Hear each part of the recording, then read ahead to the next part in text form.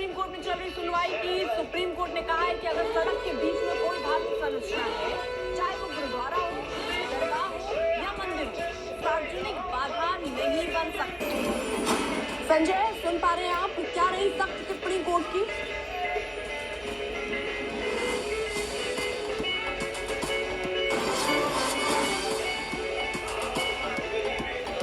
संजय इनकम्युनिकाडो। सड़क के बीच धार्मिक संरचना बाधा नहीं बन सकती, आरोपी या दोषी होने पर तोड़फोड़ नहीं हो सकती है।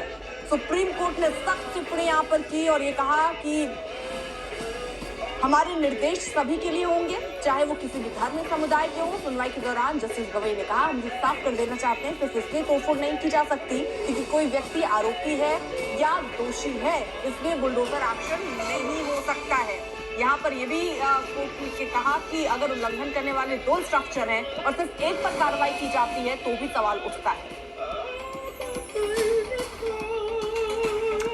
फिलहाल वक्त एक छोटे से ब्रेक का, आप देखते रहिए आज। Presented by Mahakosh refined soyabean oil और महाकोश कच्ची घानी में तबाही का उफान।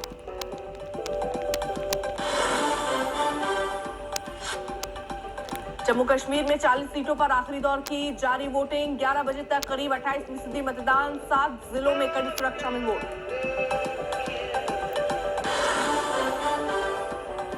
महाराष्ट्र में महाविकास आघाड़ी में सीटों पर फिर मंथन, आज दोबारा मिलेंगे सारे दल, सभी सीटों को लेकर दशहरे तक फैसला।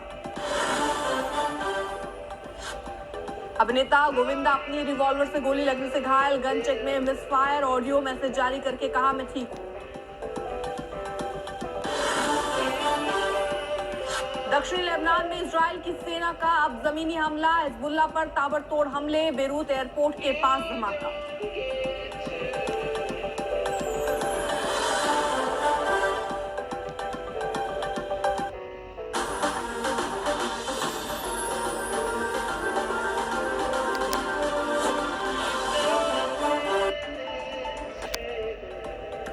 नमस्कार, आज तक देख रहे हैं आप, साथ आपके मैं हूं अर्पिता आर्या और इस वक्त बड़ी खबर बुलडोजर एक्शन पर। सुप्रीम कोर्ट में चल रही सुनवाई से जुड़ी हुई सुप्रीम कोर्ट ने कहा है कि अगर सड़क के बीच कोई धार्मिक संरचना है, चाहे वो गुरुद्वारा हो, दरगाह हो या मंदिर हो, सार्वजनिक बाधा नहीं बन सकती, इसे हटाना होगा। Justice KV. विश्वनाथन ने कहा है कि अगर उल्लंघन करने वाले 2 स्ट्रक्चर है और सिर्फ एक के खिलाफ कार्रवाई की जाती है तो सवाल उठता है। सुप्रीम कोर्ट ने कहा कि हम एक धर्मनिरपेक्ष देश है, हमारे निर्देश सभी के लिए होंगे, चाहे वो किसी भी धर्म समुदाय का हो।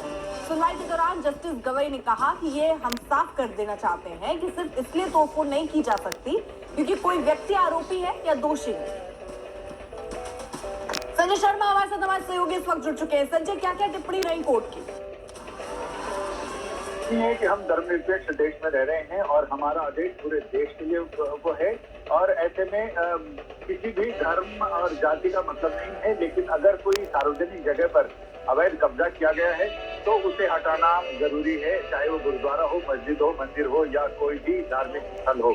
इसके साथ ही कोर्ट ने ये भी कहा है कि चाहे वो अवैध निर्माण भी हो, लेकिन उसको हटाने के लिए पर्याप्त समय, एक थोड़ा सा ही समय, लेकिन वो मोहलत देनी चाहिए और निचली अदालतों को तोड़ फोड़ के मामले में, डेमोलिशन के मामले में, अवैध निर्माण ढहाने के मामले में आदेश पारित करते समय इस चीज का ध्यान रखना चाहिए, क्योंकि चाहे वो अवैध निर्माण भी हो, लेकिन महिलाओं, बच्चों, बूढ़ों को इस तरह की सड़क पर देखना अच्छा नहीं लगता, लिहाजा उन्हें अगर थोड़ा समय दिया जाए तो वैकल्पिक इंतजाम कर सकते हैं। तो अभी सारी सुनवाई अभी चल रही है और अलग अलग याचिकाकर्ताओं के वकील अपने सुझाव दे रहे हैं, जिसमें संजय हेगड़े ने सुझाव दिया कि डीएमएसपी को इसके लिए तैनात किया जाए। अदालत ने कहा कि डीएमएसपी का और भी काम है, सिर्फ यही नहीं है। ठीक है, बहुत बहुत शुक्रिया संजय तमाम जानकारी के लिए। बढ़ रहा आगे बात अब इजराइल की। इजराइल ने लेबनान पर जमीनी हमला शुरू कर दिया है। हिजबुल्लाह के समूल नाश के लिए चलाए जा रहे ऑपरेशन नार्दन हेरोज पूरे एक्शन में है। इजराइल की ओर से जमीनी हमले में कमांडो, पैराट्रूपर्स भी शामिल हैं। हवाई हमले के बाद अब इजराइल की फौज ने दक्षिण लेबनान ग्राउंड ऑपरेशन शुरू कर दिया है।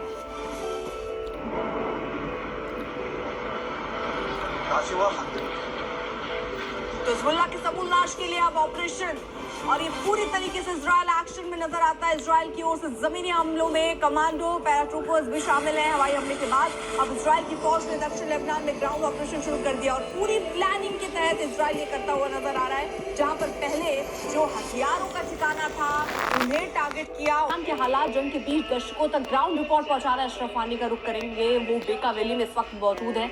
अशरफ, किस तरीके के हालात वहां पर बने हुए हैं, बताएं।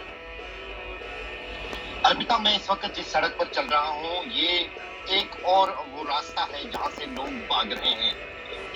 इजराइल ने लेबनान को संभलने तक का मौका नहीं दिया। 2006 के हमले के 18 साल बाद इजराइल ने फिर लेबनान को इतने बड़े पैमाने पर निशाना बनाया है। इजराइल हिजबुल्लाह के चीफ हसन नसरुल्लाह समेत कई कमांडरों को ढेर कर चुका है। लेकिन अब आपको दिखाते हैं कि हिजबुल्लाह के कितने आतंकी अभी भी जिंदा है।